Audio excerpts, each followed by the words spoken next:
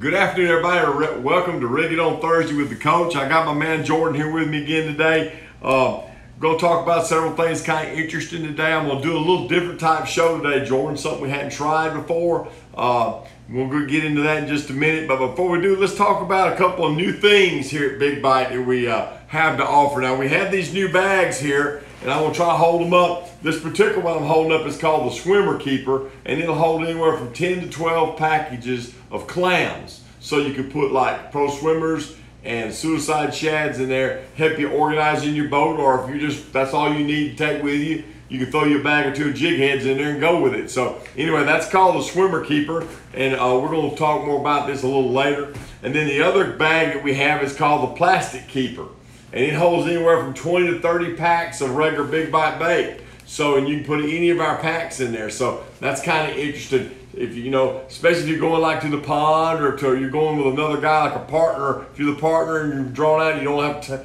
take all your tackle. You can kind of downsize and go with these smaller bags. So something that's kind of unique there. I believe they're on the website now, aren't they? Yep, $14.99. $14.99. So they're ready to go. So anyway, check in, take a look at these. Something you might be interested in, especially if you like to organize things like I do. I'm kind of OCD about things like that. So there's something I like, definitely.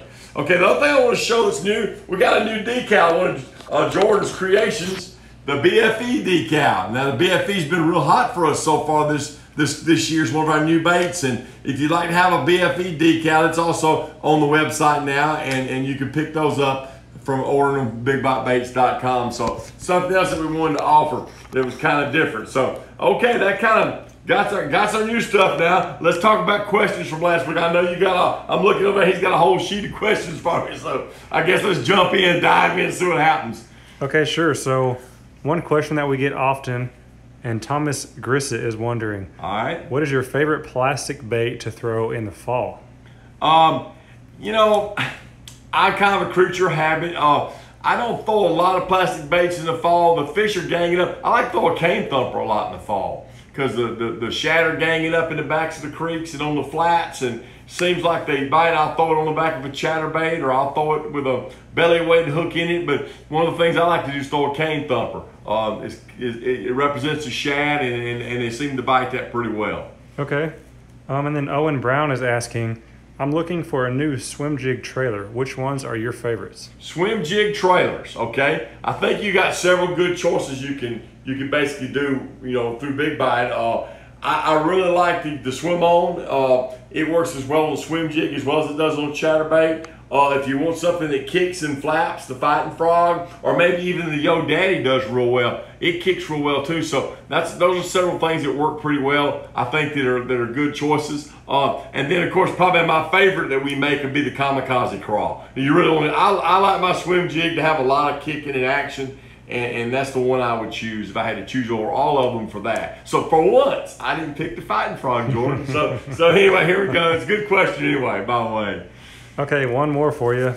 An interesting question from Jackson Miller. All right, Jackson. Are there any new prototypes Big Bite Baits is working on? Oh yeah, we're constantly working on things. You know, we like to try to have at least a couple of new things each year. I know last year we did the BFE, and we did a new crappie bait, the crappie swim on. We've always got something in the works. We're kicking several things around right now. And then we've got a couple things we're kicking around with jigs. You know, it might be something totally different than we've ever done before. So just kind of keep your eyes open, and then probably around ICAST, I'm assuming that we might try some new things, and it's going to be kind of interesting what we might offer. So we got a big secret coming out anyway, I believe is what I've been told. So that's all good for sure, Jordan, okay? All right, how about let's go to today's show, and then we'll catch some questions at the end. So I want to try something different today. And by no means am I going to say one of these is better than the other before we ever get started. But I'd like to just do a comparison today, and let's take my favorite bait, the old standby, the Fighting Frog, and then the new kid on the block, the BFE, which is right now our #1 seller. So, you know, let's talk a little bit about the similarities and comparisons and that type of thing to do with the two baits. So let's start with the BFE. The BFE reminds me kind of as like a tube of ribs, even though it's not hollow. It has wings on it, and it has a beaver style tail. It doesn't do a lot of kicking and flapping. It's kind of a subtle presentation. But the guys that are fishing it are liking it. They're doing well with it. It's 4.5 inches long from head to tail. Okay, it comes in 10 colors, and of course it was invented and designed by Bradley Hallman, one of our pros. So basically that just kind of gives you a little groundwork on it. The Fighting Frog has been around quite a while. At least I've been working for Big Bite 9 years, and it was here when I got here. So I'm just gonna guess and say 10 or 11 years it's been around. It's 4 inches long, but it also comes in 2 other sizes. But the number one seller is the 4-inch model. It's been one of our top sellers over the period of years. Comes in 32 colors, which is to be expected simply because it's been around a long time, and we've continued to add colors to it every year, trying to keep it going. It's very similar. It has a ribbed body as well, but it's more built like a frog. It has wings just like a BFE, but it has tentacles like a BFE. The biggest difference is obviously in the last part of it. It's more of a crawfish, crawl type kicking bait that flaps and gets a lot more action, you know, of the two. So some comparisons I might want to talk about. Durability. Okay, I personally think that the BFE is probably a little more durable. It's got more meat in the head, in the body. I mean, if you're doing like some heavy duty pitching or putting it on, say, a punching rig, it's got more meat in it. The Fighting Frog tends to be a little thinner, but now, you know, someone who likes a thin bait would like that because it would, you know, you get a better hook set and that type of thing. I can tell you from using both, the Fighting Frog tears up a little bit more than the BFE does, just by comparison. Action-wise, I think the Fighting Frog probably has more overall action than the BFE, only because the tails of it kick. So it's just a little bit different. But sometimes, as you know, if you're a bass fisherman, those fish like a subtle type approach. So that's where this bait would excel. So how many ways can you use these baits? Well, in the beginning, when Bradley brought this bait out, he talked about it being a pitching and a flipping type bait. Since that time, I've had pro staffers, as you well know, I direct our pro staff, have talked about using this as a trailer. I've got one guy who just believes in it on a Carolina rig. He's catching them that way.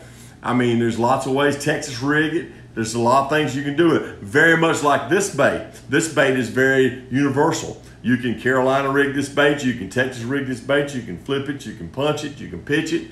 And you can also use it as a trailer. And it's been proven as a good trailer. So I think that they have a lot of comparisons. I just hope that in 10 years we have as many colors in this one as we do in this one. That'll tell me that they both have been selling good and doing well. I don't think you can go wrong with either bait.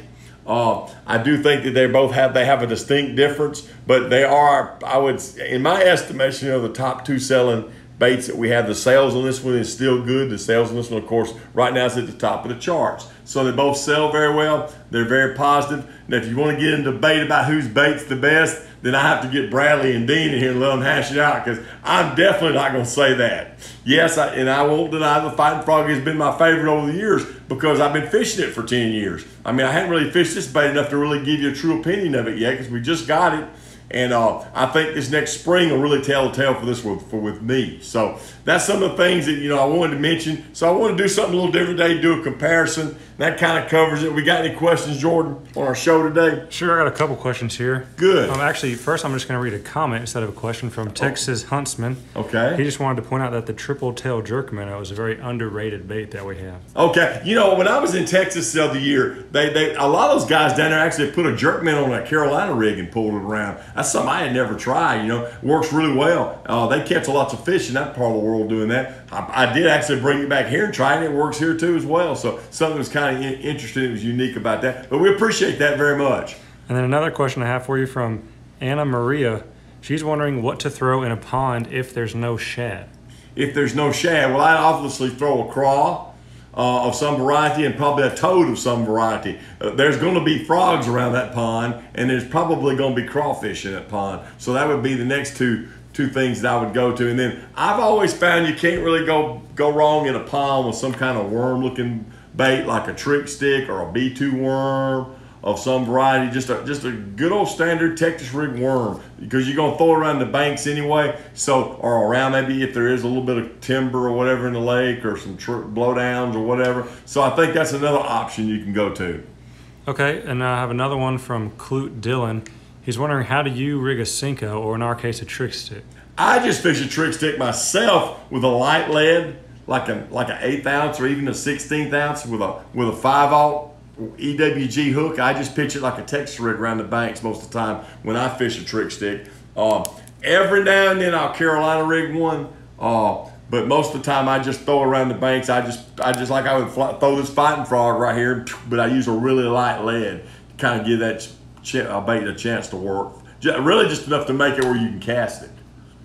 Okay, and then I have a couple people here kind of wondering what your favorite color of bait is.